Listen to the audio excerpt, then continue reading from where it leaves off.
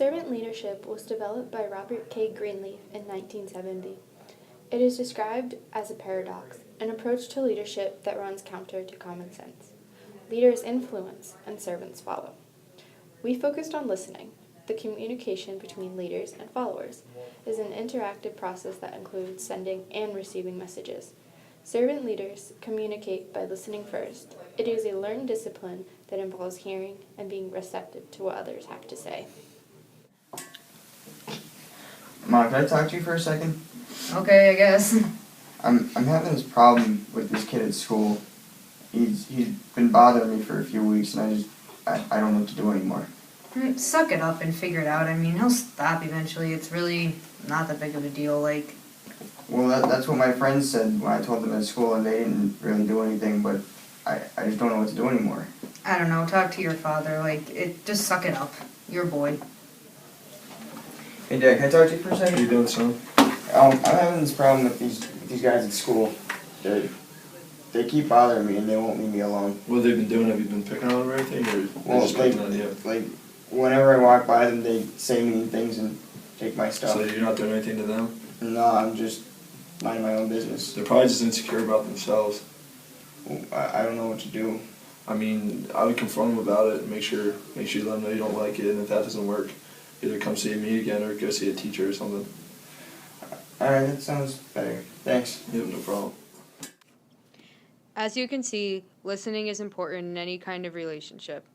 When I did not listen to Joe, he was not satisfied with the problem and nothing was solved. However, when his father listened to him and showed some empathy, he figured out how to solve his problem, and the situation was fixed. Mr. President, what are you going to do about our health care? My Obamacare will take care of it. Mr. President, what about education? I'm all for education. What about our income taxes? I plan to tax the wealthy more and tax the poor and middle class less. Thank you for listening to us, Mr. President. Really appreciate it. It made me feel better.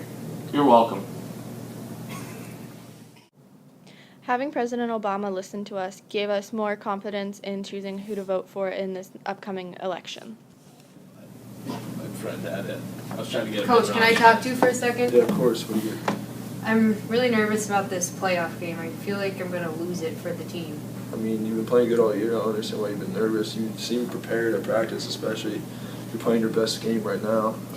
I know, it's just sometimes I get nervous, especially before the big playoff games. Afraid I'm going to choke and strike out. I mean, just treat it like any other game, really. That's all you can think about it. It's not really anything else. It's not that big of a deal. Thanks for listening. I feel so much better now. No problem. By having my coach listen to me, I was more prepared for the game. I was not nervous that I was going to lose the game for the team, and I felt more confident. Excuse me, Professor Hartman. What you want? I need to see my professor. Go. Hi, Professor Hart. Hey, Colleen, how are you? I'm doing okay. That's good. I want to talk about some of my classes. Okay, what class do you want to talk about? My history class. Okay, what do you want to talk about it? I'm not doing the greatest in it, and I was wondering if I could drop it. Well, I think you should. I think there's a lot of time left, and you should stick it out, and you should really stick with it. And maybe a study session would help you instead of dropping it. You know, you don't want those W's on your transcripts when you graduate. Yeah, I guess you're right, Professor. Any suggestions on how I could study better, or? There's a bunch of study groups in school. You get in with one of them.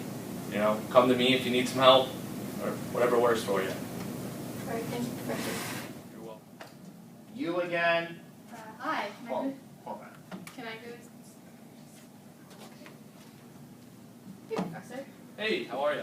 I'm good. Doing better in class. Oh yeah? Yeah, I got a 3.5 on my last test. Oh, that's great. I That's feel a lot great. better. What, did you take my advice? You go to some study groups? I did. Multiple ones throughout the whole week. Oh, that's great. That's good to hear. I'm glad to hear it. I feel a lot better now. I'm glad. Thanks for your help, Professor. You're welcome. Having my professor listen to me helped me a lot because he gave me some advice on what to do, and I did a lot better on the next test. Go. How you doing, sir? Good up yourself.